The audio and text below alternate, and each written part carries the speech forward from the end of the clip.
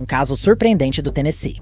Uma mulher lá está enfrentando acusações graves, não só por supostamente roubar remédios do soro intravenoso de um paciente do hospital, mas também por supostamente se vestir de enfermeira para conseguir acesso ao quarto desse paciente.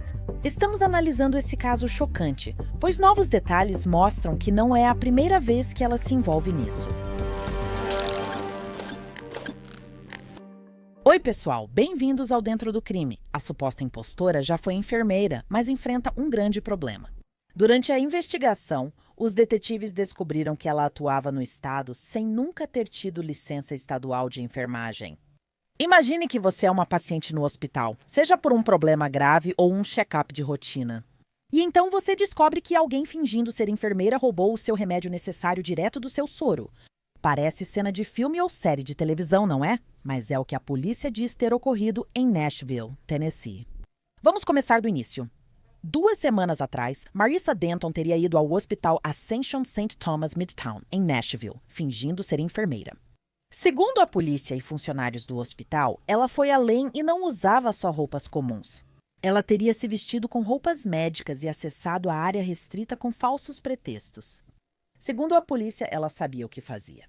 Ela teria usado uma seringa plástica para retirar 4 ml de Propofol de um gotejamento conectado ao paciente. Se você está curiosa sobre o que é Propofol, de acordo com a Mayo Clinic, é um anestésico e sedativo usado para ajudar as pessoas a relaxar e dormir. De acordo com a Fox 17 em Nashville, o hospital começou a investigar como ela entrou em uma área não pública do hospital sem autorização. O canal diz que recebeu uma dica de que a equipe foi notificada sobre uma mulher se passando por enfermeira entrando nos quartos dos pacientes. A porta-voz do hospital informou que alguém não autorizado tentou acessar a medicação prescrita de um paciente. A equipe interveio e impediu que a situação piorasse. E embora o hospital nunca tenha mencionado Marissa Denton pelo nome, foi isso que eles disseram sobre o assunto em um comunicado. Uma pessoa entrou em uma área não pública da nossa unidade, aparentemente tentando acessar a medicação prescrita de um paciente. Uma integrante da nossa equipe interveio imediatamente e impediu o acesso. A equipe de segurança agiu e informou o caso à polícia. O Departamento de Polícia Metropolitana de Nashville prendeu a pessoa. Estamos cooperando totalmente com as autoridades enquanto a investigação prossegue. A segurança e o bem-estar dos nossos pacientes são nossa maior prioridade. Reforçamos a segurança com medidas imediatas e treinamento extra sobre protocolos de acesso para a equipe. Marissa foi acusada de se passar por profissional licenciada, mas suas ações levantaram dúvidas sobre suas motivações e se ela já fez isso antes. As detetives ficaram perplexas com o motivo. Depois, como na maioria dos casos, mais detalhes vieram à tona, como o fato de que ela supostamente fez a mesma coisa 2 dias antes. Segundo a polícia, Marissa enfrenta novas acusações após outro incidente em hospital. Foi no Centro Médico da Universidade Vanderbilt, também em Nashville. As acusações surgiram após Marissa ser vista entrando na unidade de terapia intensiva do 6º andar do hospital.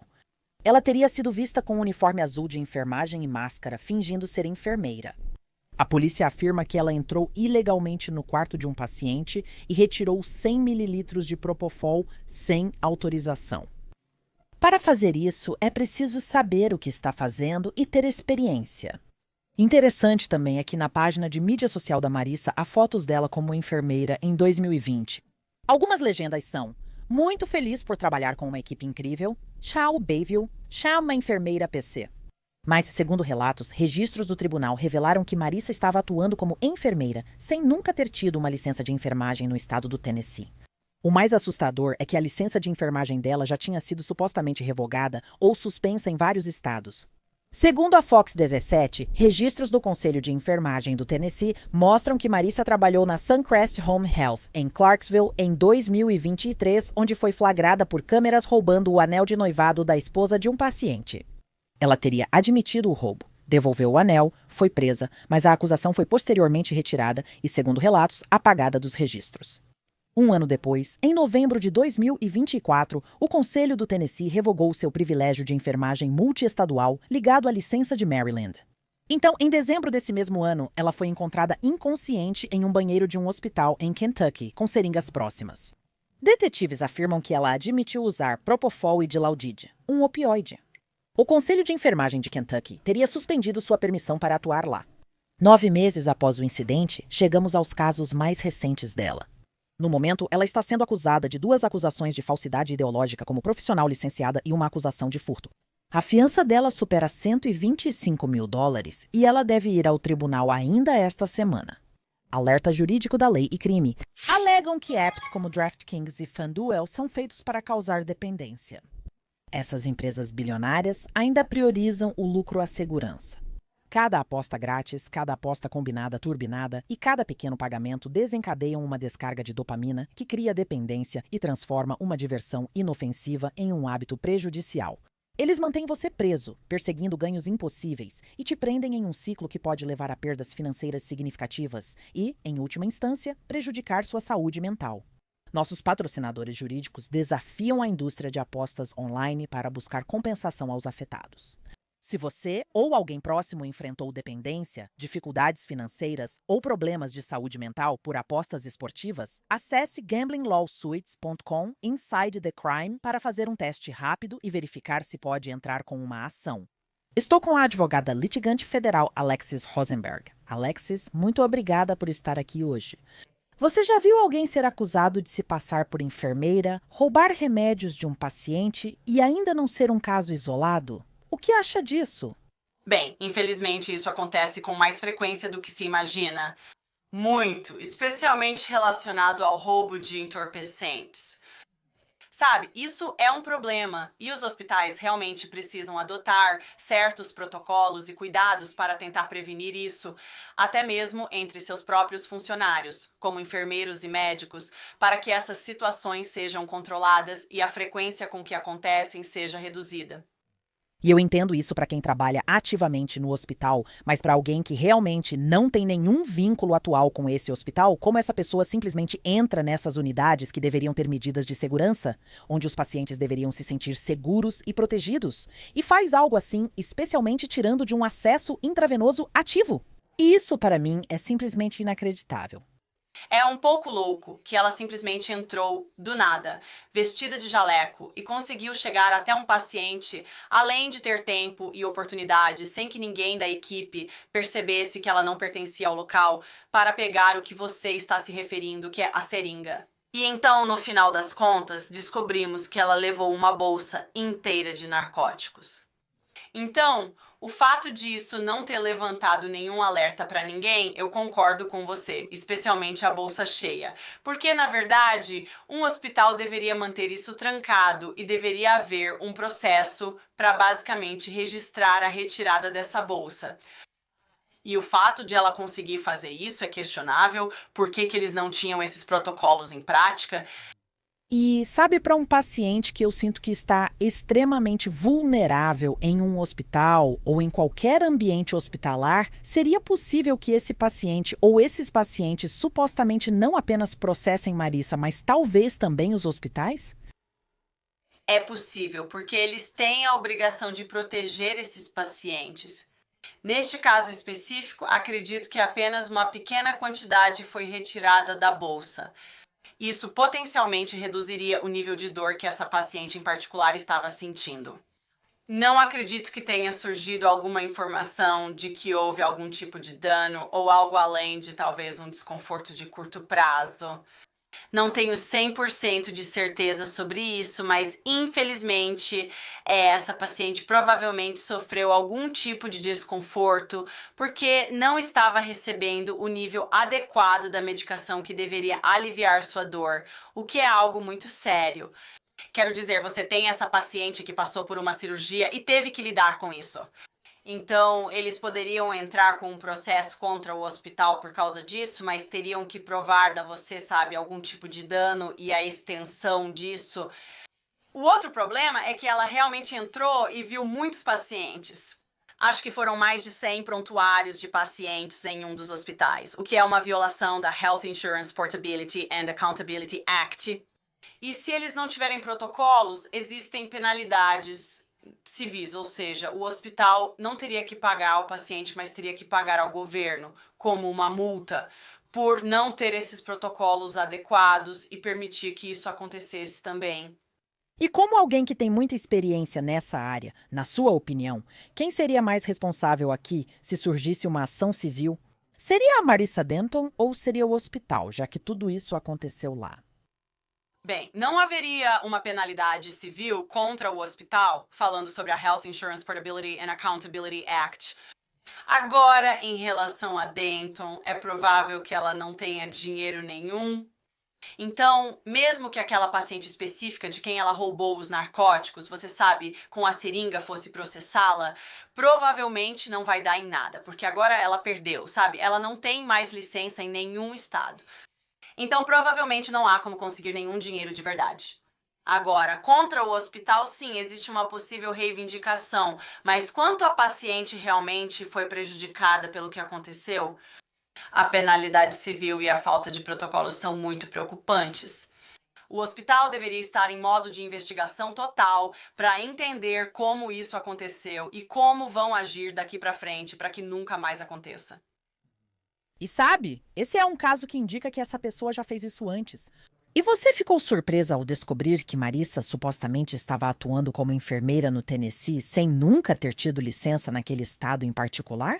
Agora, ela já teve licenças em outros estados, mas essas foram revogadas. Mas me fale um pouco sobre como isso funciona, quando alguém atua como enfermeira em um estado e, de alguma forma, acaba atuando em outro estado, mas sem licença. Como isso tudo acontece? O hospital deveria verificar credenciais. Basicamente, quando contratam uma enfermeira, eles verificam se ela está em situação regular e se possui a licença apropriada. Então, parece que houve alguma falha ali, sabe? Embora eu acredite, como você mencionou antes, que daquela vez ela simplesmente entrou do nada. Então, ela não era funcionária do hospital. Talvez no outro hospital, antes dela perder a licença e ocorrerem as violações da Health Insurance Portability and Accountability Act, ela tenha trabalhado lá, mas não como enfermeira registrada. Não tenho certeza sobre isso. Agora, antes de novembro de 2024, ela tinha licença em algumas jurisdições diferentes. Houve um incidente. Não me lembro em qual estado específico ela foi acusada de roubo e relacionado a esse incidente, a licença dela foi revogada. Agora, quando você tem licença em vários estados, como enfermeira, e um estado revoga sua licença, os outros estados vão seguir o mesmo caminho, porque não queremos que alguém que teve a licença revogada em um estado simplesmente se mude para outro estado e continue exercendo a profissão quando houve um motivo válido para a revogação da licença. Então, eu acho que depois disso é quando vemos ela entrando, né? O que parece indicar que ela possivelmente tem um problema de dependência, que é a motivação para isso. Nós não sabemos disso com certeza, mas parece que esse pode ser o caso, que ela estava entrando e agora fingindo ou se passando por enfermeira para conseguir acesso a esses narcóticos. E onde você acha que estava a linha entre, ok, precisamos pará-la agora, em vez de quando algo assim poderia ter acontecido e acabou acontecendo e agora estamos na situação em que estamos? Você acredita que teria sido possível pará-la em algum momento no passado? Eu gostaria de ter visto o primeiro conselho de licenciamento que tomou conhecimento disso, colocá-la em algum tipo de programa. Então, os conselhos de licenciamento, porque esse é um problema que infelizmente aparece com bastante frequência relacionado ao vício, eles têm programas nos quais podem colocar essas enfermeiras e profissionais de saúde, e até advogados têm programas semelhantes que nossos conselhos de licenciamento estruturaram para monitorar e impor certas restrições. Às vezes, eles ainda podem trabalhar, mas precisam de supervisão, depende disso. Então, eu gostaria que ela tivesse entrado em um desses programas para que pudesse ter recebido a ajuda de que precisava e potencialmente ainda mantido sua licença. Parece que, independentemente do ocorrido, ela poderia ter ignorado o aviso da reclamação inicial. E então, nesse caso, aquele conselho não teria tido outra opção a não ser revogar a licença dela, porque eles precisam proteger o público das ações dela. Então, parece que talvez ela já estivesse um pouco avançada demais nesse possível processo de dependência alegada, e quando o conselho de licenciamento se envolveu, ela não estava necessariamente aberta a receber ajuda. Agora, é claro, nós não sabemos disso com certeza. Estou apenas expressando algumas coisas que vi na minha carreira. E provavelmente não há nenhuma chance, nunca, nunca, de que ela possa recuperar a licença dela de alguma forma, não é? Eu não diria que não há chance. Existe um processo para isso. Ela teria que conseguir ir lá e mostrar que fez o tratamento necessário, além de, você sabe, estar limpa, sabe, por um certo período de tempo. Assim, ela talvez volte em certas jurisdições. E isso realmente varia de estado para estado, mas ela pode voltar e tentar entrar com um pedido para recuperar a carteira de motorista. Geralmente, o que acontece é que você precisa voltar ao primeiro estado que revogou sua carteira de motorista e eu então, sabe, entrar com um pedido e conseguir que eles concordem em permitir que você recupere sua carteira de motorista de alguma forma. E então você pode voltar aos estados seguintes e fazer isso. Mas eu não diria que é impossível, mas seria uma batalha difícil. Provavelmente também por causa deste caso. Considerando as acusações atuais contra ela, suponho que mais possam ser adicionadas. Mas você está surpresa que algo como talvez agressão agravada não tenha sido adicionado à lista de acusações que ela enfrenta? Ou algo um pouco mais sério do que apenas se passar por enfermeira e roubo? Você se surpreende por não terem incluído mais acusações contra ela? Bem, se passar por médica é um crime grave, sabe? Ela pode pegar até 15 anos de prisão.